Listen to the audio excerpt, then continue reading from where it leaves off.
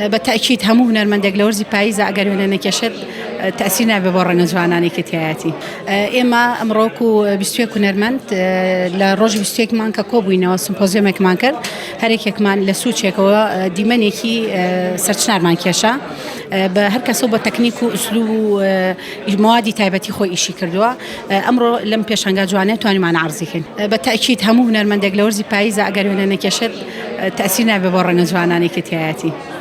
جگە لە سەرچنار وێنەی چ شوێنێکی دیکەی سلێمانیت کێشاوە؟ زۆرێک لە شوێنەکان سمپۆزیۆمم یەک دوو جار لە باخی گشتی شا کردووە، لە هەواری شار هەمان شێوە وێنەم کێشاوە، ئەو شوێنانی کە خۆم حەزم پێێتی باخچەکان حەزەکەم وێنەی بکێشم. پاییز بەڕای من شای ڕەنگەکانە، شای وەرزەکانە، ژیانەوەیە، دروستبوونەوەیە، دروستبوونی هەموو ڕەنگە هارمۆنە جوانەکانە. هەموو شوێنێکی تقریبن کێشاومە، بەڵام حەزەکەم ناو بازار جارێکی کە بیکێشمەوە چکە زۆر بە کۆن کێشاومە، ئەمێ لە داهاتووشا بیکێشمەوە. حەز دەکەی واتە خوازیاریت کە تەنها تابلوی دیمەنەکانی سلێمانی بکێشیت؟ نا من ئیشەکانم بەشێکی ئەمانێ زیاتر من لەسەر خۆم لەسەر تعبیری ئافرەت ئیشەکەم. ئەو دیمەنە لە بەرچاو تا بێ زائدەن هزری خۆ، چونکە ئەگەر هزری خۆ تێکەڵ نەبێ ناتوانانی ئەو وەکو ڕۆحی خۆت سەیریکەی و ئیشە.